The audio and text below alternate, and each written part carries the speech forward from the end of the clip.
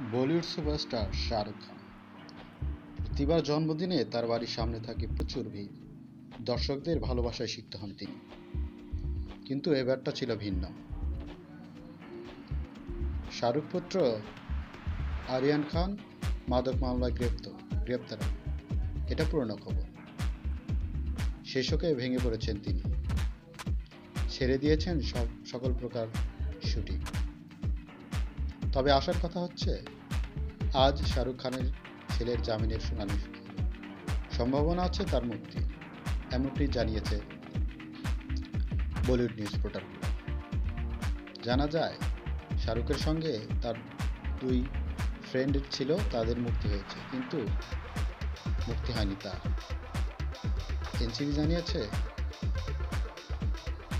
প্রভাবশালী হয় যদি তার বিরুদ্ধে আনা সব অভিযোগ তিনি মুছে ফেলেন, এই শঙ্কায় তার মুক্তি দেওয়া হয়।